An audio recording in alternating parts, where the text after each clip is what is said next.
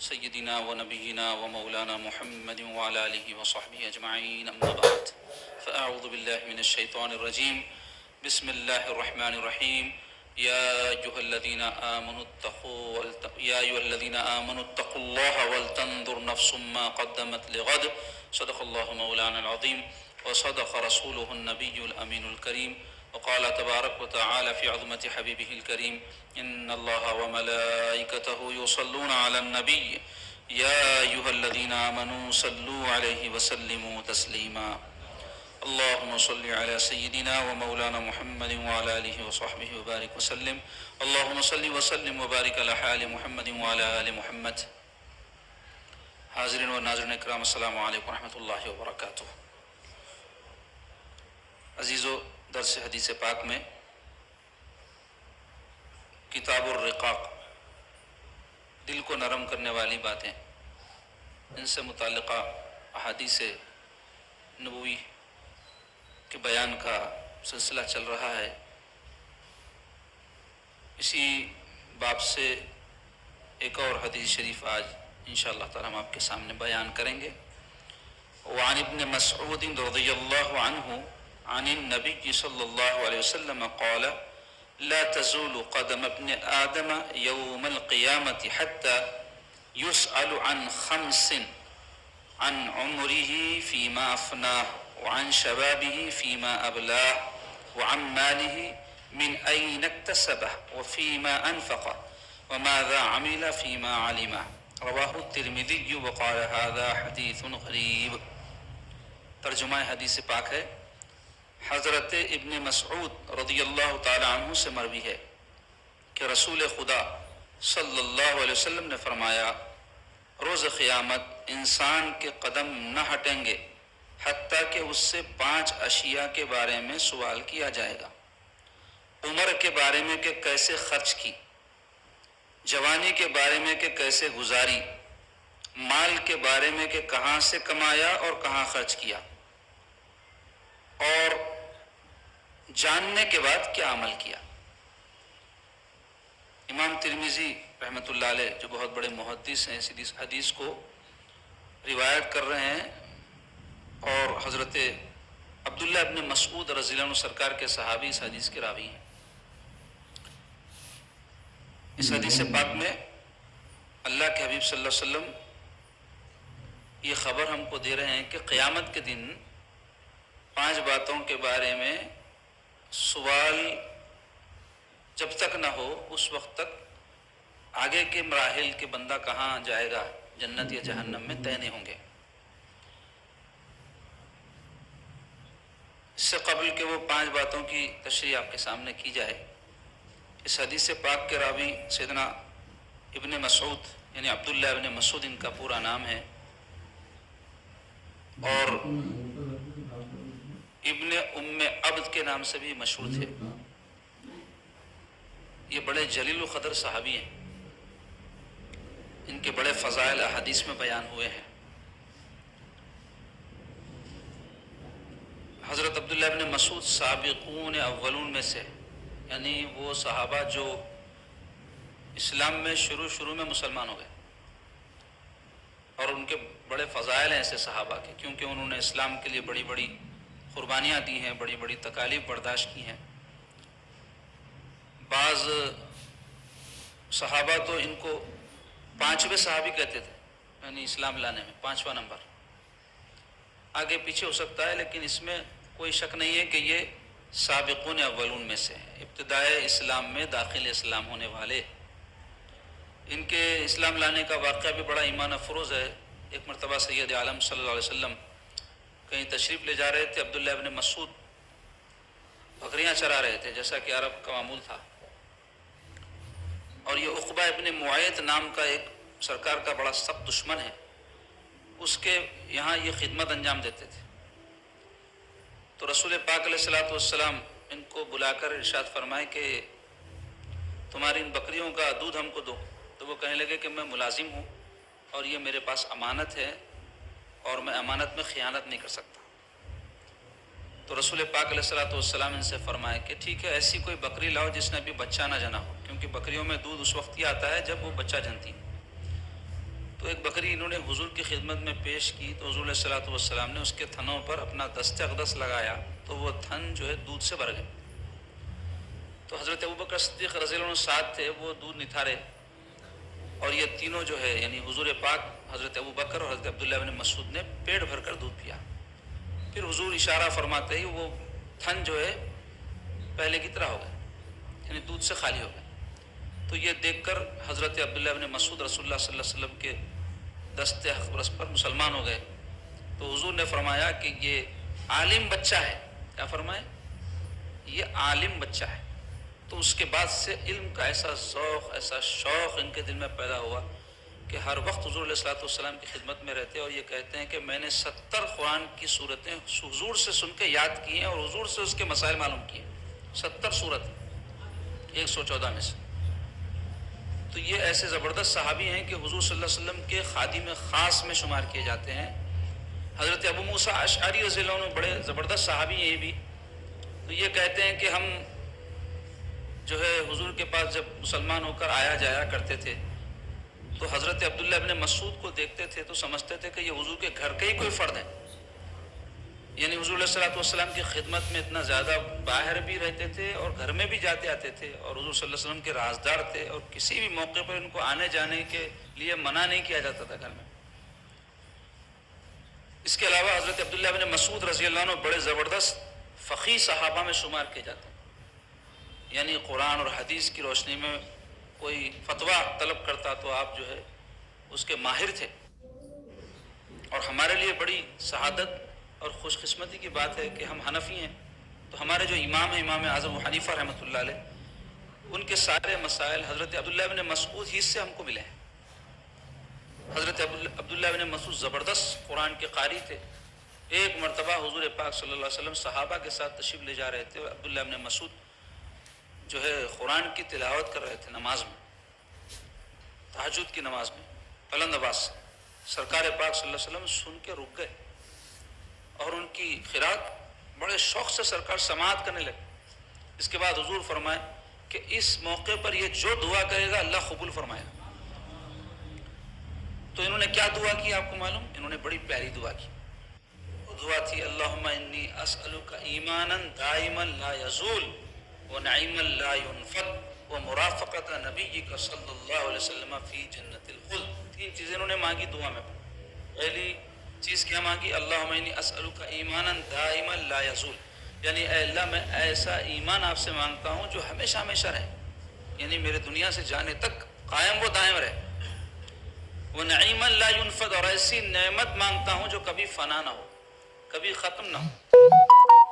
وَمُرَافَقَةَ نَبِيِّكَ صلی اللہ علیہ وسلم فی جنت الخلد, اور یہاں تو اے اللہ اپنے فضل سے آپ نے اپنے حبیب کا ساتھ نصیب کیا, ان کی خدمت میں نصیب کیا, جنت میں بھی ان کا ساتھ نصیب فرمائی.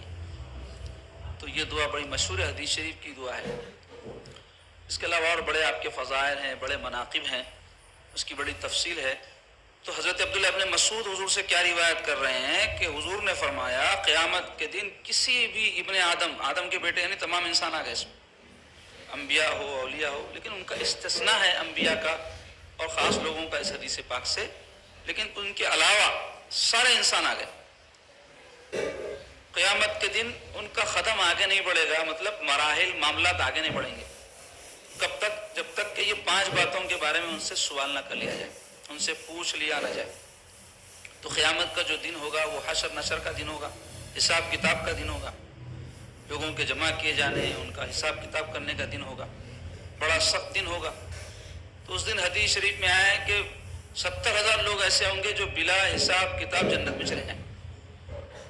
اور وہ کون ہے اللہ جانے, اللہ تعالیٰ کا کن کے بارے میں فیصلہ ہوگا اللہ بہتر جانتا ہے, اس کے رسول بہتر جانتے ہیں.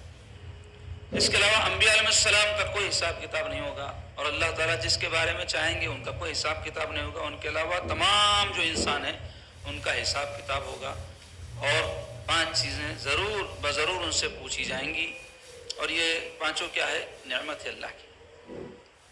اور دنیا میں اللہ تعالیٰ نے ہر کسی کو یہ نعمت دی ہے, اور یہ سمجھ لیں کہ یہ نعمتیں سرمایہ ہے, رأس المال. سرمایہ کیا کام آتا ہے؟ آدمی اس سے نفع حاصل کرتا ہے. کاروبار میں جو انویسٹمنٹ رہتا ہے آپ کا 1,00,000 روپے لگائے 2 لاکھ روپے لگائے تو کیا کرتے ہیں اس سے جو بھی اس سے اوپر نفع آتا وہ آپ اپنے جو ہے لیے فائدہ اٹھاتے ہیں اس سے. تو ایسے یہ چیزیں بھی اللہ نے انسان کی زندگی میں اس کو سرمایہ کے طور پہ دی ہیں حیات الدنیا میں, دنیا کی زندگی میں. تو 5 سوال ان چیزوں کے بارے میں کیا جائے گا. پہلی چیز کیا ہے, عمر کے بارے میں, یعنی جو عمر اللہ نے انسان کو دی ہے 30 سال 40 سال, کسی کو 50, کسی کو 60, کسی کو 100, کسی کو کم, کسی کو زیادہ. تو یہ عمر کیا ہے, اللہ کی ایک نعمت بھی ہے اور یہ آپ کے پاس سرمایہ ہے, کیونکہ اسی عمر کے ذریعے ہی آپ آخرت سنوار سکتے. اسی عمر میں رہ کر آپ اسی زندگی میں آپ اپنے آگے کے جو معاملات ہیں اس کے لیے کچھ کر سکتے. تو عمر کو کن کاموں میں لگایا پوچھا جائے گا, یعنی میں نے تجھ کو عمر کی نعمت دی تھی, تو اب یہ عمر کیسا ناپتے. عمر کا سب سے چھوٹا حصہ ہے سیکنڈ, اس کے بعد ہے منٹ, اس کے بعد ہے گھنٹہ, اس کے بعد ہے دن, اس کے بعد ہے ہفتہ, اس کے بعد ہے مہینہ, اس کے بعد ہے سال. تو یہ سال کاؤنٹ کر کے عمر بولتے کسی کی. آپ کتنے سال کے بولتے, کوئی بولتا 40, کوئی بولتا 50, کوئی بولتا 25. تو یہ جو عمر آپ کیسا بول رہے ہیں, وقت سے بول رہے ہیں آپ. تو یہ جو وقت ہے یہ عمر ہے. تو ایک لمحہ آپ کا میرا جو گزر رہا ہے یہ ہمارا سرمایہ ہے جو ہم صرف کر رہے ہیں. تو ہم کو اور کرنا چاہیے وہ سرمایہ کن کاموں میں لگا رہے ہیں. آدمی جب انویسٹمنٹ کرتا ہے, کہیں سرمایہ لگاتا ہے, کاروبار ہے, کچھ کرنا چاہ رہا ہے, تو دیکھتا ہے کہ وہ کاروبار فائدہ مند ہے نہیں, وہ کاروبار میرے لیے مستقبل کے واسطے اچھا ہے ہی نہیں. تو ایسے ہی ہماری عمر کا ایک ایک لمحہ, ہماری ایک ایک سانس جو آ جا رہی ہے یہ ہمارا سرمایہ ہے اور یہ ہمارے ہاتھ میں نہیں ہے. اللہ تعالیٰ نے جو مقرر ہم کو عمر دے دی ہے, ہم نہیں جانتے کسی کی 50 ہے, کسی کی 60 ہے, کسی کی نہیں معلوم 1 منٹ کے بعد کیا ہونے والا ہے. تو یہ جو عمر ہے ہم یہ دنیا میں اپنی مقررہ لے کر آئے ہیں. لا یستقدمون الساعة ولا یستأخرون, قرآن کہہ رہا ہے جب وقت اخیر آتا ہے گھڑی ادھر نہیں ہوتی گھڑی ادھر نہیں, ہر ایک کی مقرر ہم کو پتہ بھی نہیں ہے. تو اب ہم کو یہ کرنا ہے کہ اس جو ہے عمر کو, اس وقت کو ایسے کاموں میں لگانا ہے جس سے ہماری دنیا اور آخرت دونوں سمجھیں. کیونکہ اللہ تعالیٰ نے ہم کو یہ دعا سکھلائی ہے, ربنا آتنا فی الدنیا حسنہ وفی الآخرۃ حسنہ وقنا عذاب النار. کہ اللہ ہم کو عطا کیجیے دنیا میں بھی بہتری, آخرت میں بھی بہتری, اور ہم کو جہنم کے عذاب سے بچا لیجیے. تو دنیا میں بھی بہتری ہم کو حاصل کرنے کی کوشش کرنی چاہیے اور آخرت میں بھی, کیونکہ دنیا میں اس واسطے کہ یہ دنیا ہی ہے جس کے ذریعے ہم آخرت بنانے والے ہیں, اور آخرت تو اصل ہمارا مسکن اور ٹھکانہ ہے. تو ترجیح ہمیشہ آخرت کو دینا چاہیے, اور دنیا کی بھی بہتری, زیادہ سفر جو ہم کو ضروری ہے آخرت کے لیے وہ تو حاصل کرنا ہی ہے. دنیا میں جو زندگی گزار رہے ہیں اس کو بھی اگر ہم اچھے طریقے سے, بہتر طریقے سے اس کو گزارنا چاہتے ہیں تو اس کے لیے بھی کوشش کرنا پڑے گا.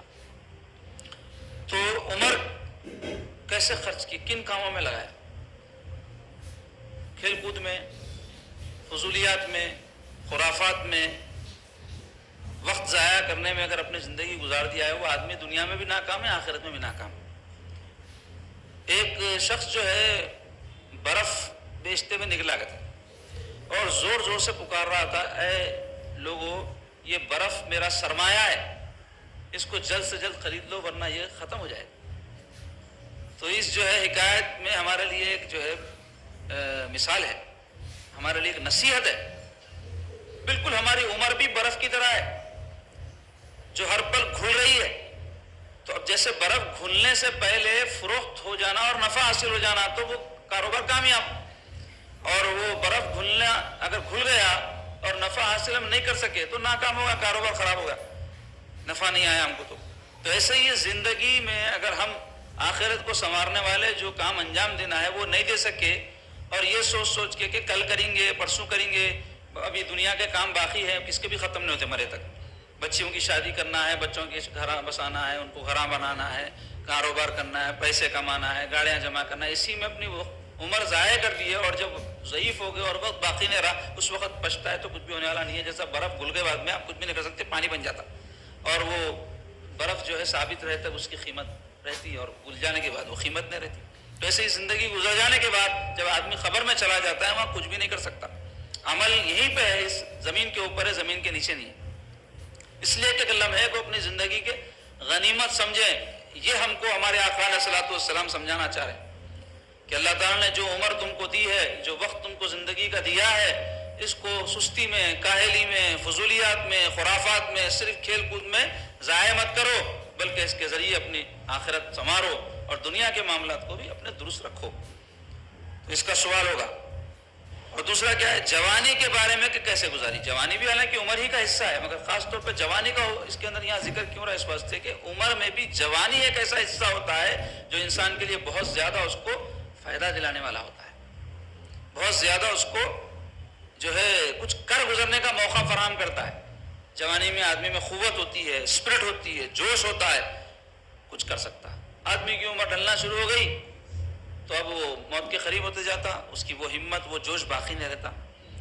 لیکن آج آپ دیکھیں کہ مسلمانوں کی نوجوان نسل اپنی اس جوانی کو کیسے جو ہے تباہ و برباد کر رہی ہے.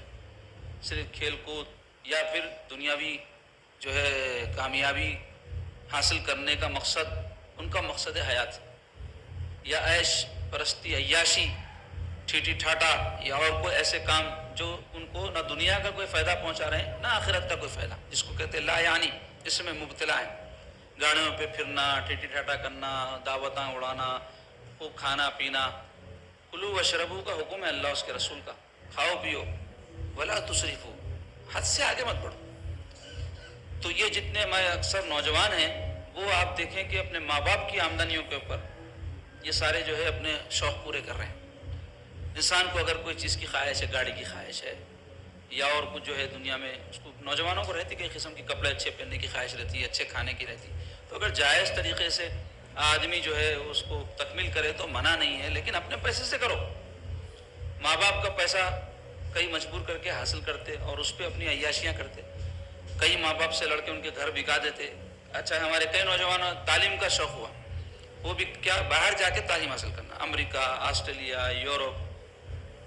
تو اب اس میں ان کی نیت کیا ہے اللہ جانے کہ وہ ماحول میں کیوں جانا چاہ رہے ہیں. اس کے فائدے ہیں کہ تعلیم کا معیار اونچا ہے وہاں کا, لیکن اس کے بہت نقصانات بھی ہیں. وہ کیا ہے کہ آدمی کا دین خراب ہو جا رہا وہاں جا کے. آدمی یا تو ٹھیٹ دنیا دار بن جا رہا یا پھر عقیدے وغیرہ بھی خراب ہو جا رہے ہیں کئی جنوں کے وہاں جا کے. مادیت پرستی میں پڑھ کے اسلام کی تعلیمات کو پسے پوچھ ڈال دے رہے ہیں, دنیا ہی کو اپنا مقصد عین بنا لے رہے ہیں. یہ نقصانات بھی ہے اس کے, دین سے بہت دور ہو جا رہے ہیں. لیکن ایک جوش اور جنون سوار ہے, تو اگر کسی کی نیت واقعتاً تعلیم حاصل کرنے کی ہے, اپنی دنیا اچھی بنانے کی, تو منع نہیں ہے. لیکن کئی نوجوان ایسے ان کے ماں باپ کی استطاعت نہیں ہے کہ وہ اپنی اولادوں کو اتنی کثیر رقم خرچ کر کے وہاں تعلیم دلا سکیں, لیکن نوجوان مجبور کر رہے ہیں اپنے ماں باپ. آپ کو شوق ہے تو آپ محنت کر کے کماؤ, کما کے جاؤ, پڑھو. تعلیم تو کہیں بھی بندہ حاصل کر سکتا. ہندوستان کا تعلیمی معیار بھی بہت بلند ہے.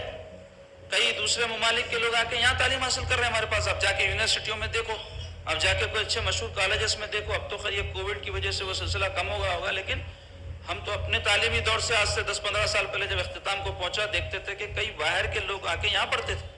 یہاں کا تعلیمی معیار بھی اچھا ہے, مگر ایک خط سوار ہے نوجوانوں کو ہمارے, جس کے منفی اثرات بھی پڑ رہے ہیں زندگیوں پر اور دین پر. تو جوانی جو ہے انسان کی بامقصد ہونی چاہیے. ایک پیریڈ ہے عمر کا جو زیادہ سے زیادہ کچھ چیز انسان اس میں حاصل کر لے سکتا ہے. اس واسطے اپنی جوانی کو عبادات میں لگانا چاہیے, کہ جوانی کی جو عبادت ہے وہ اللہ تعالیٰ کے نزدیک پسندیدہ ہے, کیونکہ اس وقت نفس انسان کا بہت غالب ہوتا ہے. ویسے میں وہ اپنے رب کی اگر اطاعت کر رہا ہے تو بہت بڑی قربانی دے رہا ہے. لوگوں کی خدمت کرنے کا جذبہ اس عمر میں کمزور رہتا. کیوں؟ اپنی جان کی فکر زیادہ رہتی, اپنی نفس کی فکر زیادہ رہتی. اچھے کپڑے پہنوں, اچھا کھانا کھاؤں, اچھی پرتعیش زندگی گزاروں. ویسے وقت میں اگر کوئی نوجوان سیدھے سادے کپڑے پہن کے اپنی وہ رقم اپنے رشتہ داروں میں کہ ضرورت مند ان کو دے رہا ہے تو کتنا نیکی کا کام کر رہا انہیں. یا پھر کسی کی جو ہے مدد کر رہا ہے بجائے اس کے کہ وہ دوستوں کے ساتھ گھومے پھرے, عیاشیاں کرے, تو کتنا نیکی کا کام ہے وہ. کسی بھی قوم کی ترقی کے لیے ان کی نوجوان نسل کا صحیح راستے پر ہونا ضروری ہے. کوئی بھی قوم, آج آپ دیکھیں غیر مسلموں کے پاس ان کی نسل, ان کے پاس تو آخرت کا اور جنت و دوزخ کا جیسا ہمارے پاس عقیدہ ہے وہ سب نہیں ہے.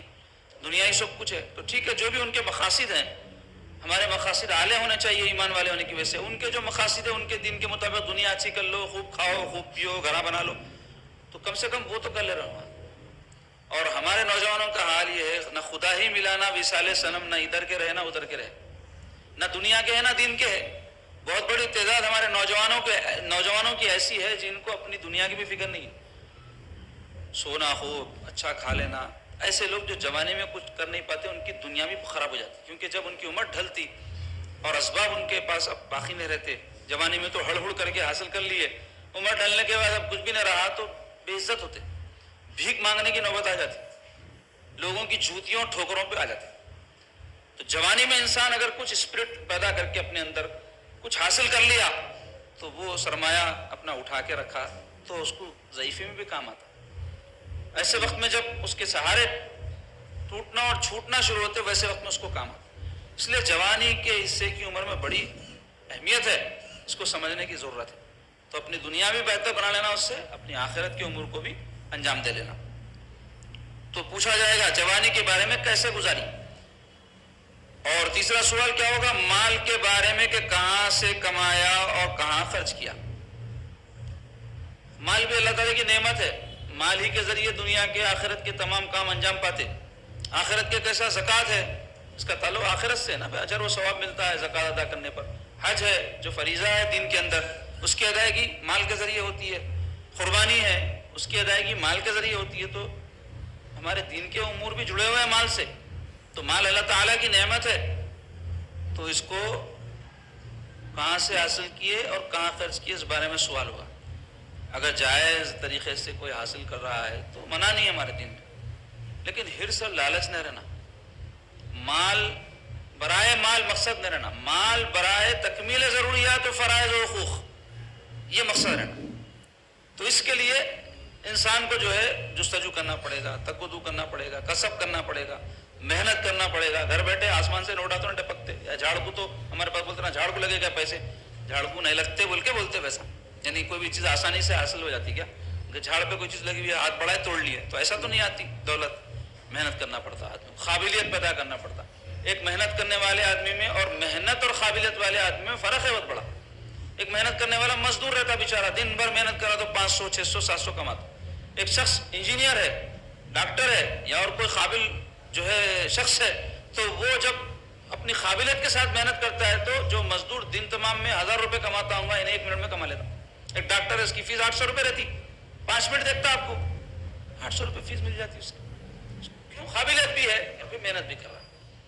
کئی لوگ قابل رہتے، محنت کیا دن رہتے، کئی محنتی رہتے، صلاحیت نہ رہتی ان کی۔ تو اس لیے ہم کو قابلیت بھی پیدا کرنا، تعلیمی قابلیت بھی پیدا کرنا، فنی ٹیکنیکل صلاحیتیں بھی پیدا کرنا۔ آج کل کا زمانہ دیکھو، اب ٹیکنیکل ترقی کا زمانہ ہے، تو ہم کو کوئی بھی عمر ہو اس میں ٹیکنیکل سیکھنے میں کوئی مشکل نہ رہتی۔ تجارت کر رہے ہیں، اس کے ذریعے بھی مال کما سکتے، جائز جتنے ذرائع ہیں ان سب سے آپ مال۔ تو پوچھا جائے گا کہ کیا طریقے سے کمایا، دھوکہ دے کے، جھوٹ بول کے، بے ایمانی کر کے، بددیانتی کر کے، ظلم کر کے تو نہیں کمایا، سوال ہوگا۔ اور کہاں خرچ کیا، چوتھا سوال۔ مال آپ کا ضرور ہے لیکن آپ حقیقی مالک نہیں ہے، وہ اللہ تعالیٰ کی نعمت ہے آپ کے پاس، کیونکہ محنت کرنے والے تو بہت ہے، اللہ آپ کو نوازا۔ کئی لوگ صبح سے شام تک سر پیٹ لیتے، بعض وقت کچھ بھی نہیں ملتا۔ کئی اللہ کے بندے ایسے ہیں اللہ غیب سے انتظام کر دیتا، کئی ایسے ہیں قسمت کا کھا رہے ہیں، محنت کا نہیں کھا رہے ہیں، تو ملتا تو قسمت ہی سے ہر ایک کو۔ تو اگر آپ کو اللہ نے دولت سے نواز دیا ہے، یا جو کچھ بھی اللہ نے آپ کو نوازا ہے، وہ آپ کہاں خرچ کیے؟ کیونکہ اللہ کی نعمت تھی، کہیں اس کو فضولیات میں تو خرچ نہیں کیے، اسراف تو نہیں کیے، عیاشیوں میں تو نہیں کیے، حرام کاموں میں کرنا تو بالکل ہی بری بات ہے۔ تو وہ مال کہاں خرچ کیے اس کا بھی سوال ہوگا۔ اسراف اور تبذیر سے اپنے مال کو بچانا، اور کمانے میں حرام طریقوں سے حاصل کرنے سے بچنا۔ اور پانچواں اور آخری سوال کیا ہوگا، اور جاننے کے بعد کیا عمل کیا، یعنی علم حاصل کرنے کے بعد۔ تو اس سے معلوم ہے علم حاصل کرنا بندے کے لیے ضروری ہے، کیونکہ اس بارے میں تو بکثرت احادیث ہیں، مشہور حدیث شریف ہے، طلب العلم فریضۃ علی کل مسلم، کہ علم کا طلب کرنا ہر مسلمان کے اوپر فرض ہے، چاہے مرد ہو کہ عورت۔ تو دین کا علم بھی حاصل کرنا، دنیا کا علم بھی حاصل کرنا، ہر وہ علم جو نفع دینے والا ہے۔ اگر دنیا کا بھی اس علم سے نفع ہو رہا آپ حاصل کر سکتے ہیں۔ جیسے آپ کئی علوم حاصل کرتے، ڈاکٹری پڑھتے، وکالت پڑھتے، انجینئرنگ پڑھتے، کوئی IAS بنتا، تو یہ سب جو علوم ہے یہ دنیا بھی نفع دینے والے، اور اس سے آپ دین بھی حاصل کر سکتے ہیں۔ کوئی آدمی تعلیم حاصل کر لیا اچھی، اس سے قابلیت میں اضافہ ہونے کی وجہ سے اس کو اچھی آمدنی ہو رہی، تو انہیں دین کے کاموں میں خرچ نہیں کر سکتا۔ مسجد بنا دے رہے ہیں، مدرسہ بنا دے رہے ہیں، غریبوں کے لیے دے رہے ہیں، کھانے پینے کے لیے کسی کو دے رہے ہیں، یہ سب آپ کیسا حاصل کر رہے ہیں؟ آپ کی قابلیت سے حاصل کر رہے ہیں۔ جو آپ علم حاصل کریں اس سے قابلیت پیدا ہوئی، تو علم جاننے کو بولتے ہیں۔ تو اگر کوئی دین کا کوئی علم حاصل کر رہا ہے، دین کے بارے میں معلوم ہوگا کہ نماز فرض ہے کسی کے اوپر، روزہ فرض ہے کسی کے اوپر، یہ چیز حرام ہے، یہ چیز حلال ہے، تو یہ سب معلومات ہے، یہ سب معلومات ہے، لیکن آپ اس پر عمل نہیں کر رہے ہیں۔ نماز فرض ہے، جماعت سے مسلمان مرد کے لیے معلوم ہے، مسجد کو جا کے نماز نہیں پڑھ رہے ہیں، یا آپ کو یہ معلوم ہے کہ یہ چیز حرام ہے، اس سے بچ رہے نہیں، ارے چھوڑو اللہ معاف کریں گا، بلکہ ایسا چلا رہے ہیں کام، تو یہ سب غلط ہے نا، علم پر عمل نہیں ہے۔ تو علم جب انسان کو حاصل ہو جائے تو اس کے اوپر یہ ذمہ داری آ جاتی ہے کہ وہ اس پر عمل کرے۔ تو علم حاصل کرنا خود فرض، اور اس کے بعد اس علم پر عمل کرنا بھی ضروری ہے۔ تو اگر ایسا نہیں کرے گا تو قیامت کے دن اللہ تبارک و تعالیٰ پکڑ لیں گے اس کو۔ حساب کتاب میں اس کی یہ بات ہے کہ جو علم ہے اس پر کیا عمل کیا۔ تو آج کل آپ دیکھیں معلومات تو بہت ہو گئی لوگوں میں، لیکن عمل نہیں ہے، اور اگر عمل کوئی کر رہا ہے تو اخلاص نہیں ہے۔ تو اس لیے علم، عمل، اخلاص یہ جوڑی ہوئی ہے، یہ تینوں چیزیں ضروری ہے ایک مومن کے لیے۔ تو دین کا علم بھی حاصل کرنا، اس پر عمل بھی کرنا، اور اخلاص کے ساتھ یعنی اللہ تعالیٰ کی رضا اور اس کی خوشنودی کے لیے عمل کرنا۔ تو اس حدیث شریف سے ہم کو یہ بات پتہ چلی کہ قیامت کا دن جو بڑا ہولناک دن ہے، بڑا سخت دن ہے، حساب کتاب کا دن ہے، اللہ تعالیٰ کے حضور حاضری کا دن ہے، انصاف کا دن ہے، اس دن 5 سوالات بندے سے ہوئے۔ بعض روایت میں 4 آیا ہے، یعنی جو ابتدا میں آیا ہے کہ عمر اور جوانی، اس کو ایک کر کے بیان کیا گیا، عمر کن کاموں میں لگے، اس میں جوانی بھی آ گئی۔ اس میں ایک اضافہ کر دیا گیا ہے، یعنی عمر ہی کی ایک شق ہے جوانی، اس کو بھی یہاں ظاہر کر دیا گیا ہے۔ تو عمر کے بارے میں پوچھا جائے گا کہ کن کاموں میں لگائی، کیسے اس کو صرف کیا، اللہ نے جو نعمت عمر دی تھی اس کو کامیابی کے راستے کی طرف لگایا یا ایسے ہی گنوا دیا یا ضائع کر دیا۔ دوسری چیز کیا ہے کہ جوانی کو کن کاموں میں لگایا۔ تیسرے مال کے بارے میں کہ کہاں سے کمایا۔ چوتھے کہاں خرچ کیا۔ اور پانچویں اور آخری بات یہ کہ جو کچھ علم حاصل کیا تھا، دین کا علم، احکامات خدا و رسول کا علم، اس پر کس حد تک عمل کیا۔ تو یہ باتیں بڑی اہم ہیں، اس حدیث پاک کو ہم کو اچھی طرح ذہن نشین رکھنا چاہیے، اور یہ ارشادات پاک میں سرکار کے کہانی میں غور کرنا کہ ہمارے لیے کیسی کامیابی کی باتیں ہمارے آقا علیہ الصلوۃ والسلام بیان فرمائے، اور کیسا جو ہے انسان کے لیے یہ باتیں جو ہے ضروری ہے، کیونکہ ہم مومن ہیں اور ہمارا ایمان ہے کہ ہم مر کر اٹھیں گے، قیامت کے دن اللہ کے حضور حاضر ہوں گے، اور اپنے ایک ایک عمل کا ہم کو جواب دینا ہے۔ تو جب ایسا ہمارا بنیادی عقیدہ ہے تو پھر ہم کو آخرت کے بارے میں غور و خوض نہیں کرنا چاہیے۔ یہ عمر عزیز جو اللہ تعالیٰ نے ہم کو عطا کی ہے، ہم کیا کام میں لگا رہے ہیں، کس راستے پہ ہم چل رہے ہیں، ہم کو غور و خوض نہیں کرنا چاہیے۔ ہم انسان ہیں، اشرف المخلوقات ہے، اللہ تعالیٰ نے سوچ بچار کی ہم کو طاقت اور صلاحیت عطا فرمائی ہے، دوسری مخلوق اس سے محروم ہے۔ تو ہم جب اشرف المخلوقات ہیں اور تمام جو ہے مخلوقات میں اللہ تعالیٰ نے ہم کو اعزاز بخشا ہے، تو پھر ہمارا جو خاصہ ہے غور و خوض، تفکر، تدبر، اس سے ہم کو کام لینا چاہیے۔ بہت سارے لوگ ہیں سوچتے تو ہیں لیکن صرف اپنے دنیا کے معاملات، شادی کیسا ہوں گی، پیسے کیسا کمائیں گے، کاروبار کیسا چلیں گا۔ ارے یہ سوچ میں ہماری اور کافر کی فرق کیا ہے بھائی؟ ان کے پاس بھی یہی سوچ ہے، ان کا مقصد حیات وہی ہے، کیا ہے، نوکری کیسا، بچے کیسا، کھانا کیسا، شادی کیسا۔ یہ تو ہر انسان کی سوچ ہے۔ ایک عام انسان کی سوچ میں اور ایک مسلمان کی سوچ میں فرق ہونا چاہیے۔ مسلمان کوئی بھی چیز سوچے تو آخرت کو پیش نظر رکھ کے سوچے۔ اگر اس بات پر ایمان نہیں رکھ رہے ہیں کہ قیامت کے دن ہمارے کو یہ حساب کتاب، یہ معاملات ہونے والے ہیں، تو پھر ہم مسلمان ہی نہیں ہیں۔ اگر سچے مسلمان ہیں تو پھر یہ چیزوں سے ہم غافل نہیں رہ سکتے کہ اللہ کے حضور میں پیش ہونے پر ہم سے یہ پوچھا جائے گا ہماری عمر کے بارے میں، ہماری جوانی کے بارے میں، ہمارے مال کے بارے میں، تو یہ سب چیزوں کے بارے میں حساب کتاب دینا ہے ہم کو۔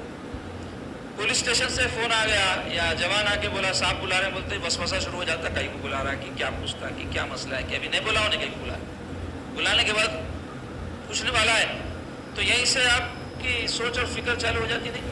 تو ایک عہدیدار کے سامنے جا رہے ہیں جو انسان ہے، اور اگر ہم کچھ جرم نہیں کیے ہیں تب بھی ہم کو وسوسہ آتا کہ کیا کیسوں میں پھنساتے نہیں، کیا آئے گی۔ اب ایسی ایک ذات کے سامنے حاضر ہونا ہے جو مالک الملک ہے، قادر مطلق ہے، اور اسرع الحاسبین ہے، فوری حساب لینے والا ہے، سخت حساب لینے والا ہے۔ اس کے سامنے حاضری کی کتنی فکر ہے ہمارے کو۔ وہاں جانے کے بعد ہم جو دنیا میں کر رہے ہیں اس کا ہم کو ذرے ذرے کا جواب دینا ہے. قرآن کہہ رہا ہے فَمَن يَعْمَلْ مِثْقَالَ ذَرَّةٍ خَيْرًا يَرَهُ وَمَن يَعْمَلْ مِثْقَالَ ذَرَّةٍ شَرًّا يَرَهُ. اس کی کتنی فکر ہے ہمارے کو؟ ذرا اپنا محاسبہ کرنے کی ضرورت ہے. ایک ایک لمحہ گزر رہا، برف دھل رہا، سب کا، آپ کا، ہمارا. اور انسان دنیاوی معلومات تو اتنا ہی حاصل کر سکتا ہے جتنا اس کی قسمت میں اللہ تعالیٰ لکھی ہے. یہ کوشش تو ایک ذریعہ ہے، لیکن میں بولا نا، کوشش کرنے والے، ہر کوشش کرنے والے کو کچھ مل جائے گا. نہیں مل رہا، مل رہا وہی جو اللہ نے قسمت میں لکھا ہے. ہم کو کوشش ضرور کرنا ہے، لیکن ہم کو اصل کوشش اپنی آخرت کو سنوار نہیں کرنا، کیونکہ دنیا میں جو اللہ نے مقدر لکھا ہے وہ ضرور ملے گا. آخرت کو سنوارنا آپ کے ہمارے ہاتھ میں، ہمارے کسب و کوشش سے. تو اس لیے ہم کو آخرت کی زیادہ فکر کرنا چاہیے. وہی ہمارا ہمیشہ کا ٹھکانہ ہے، اس کا ہم کو زیادہ سوچنا، اور اس کے بارے میں اس کو ہر چیز میں ترجیح دینا چاہیے، پریارٹی دینا چاہیے. اللہ تعالیٰ ہم سب کو نیک توفیق عطا فرمائے اور ہماری آخرت کو سنوار دے. اور یہ سوال آخرت میں ہم سے ہونے والے، اللہ تعالیٰ وہ ہمارے سوالات کے امتحان میں ہم کو کامیاب فرما دے.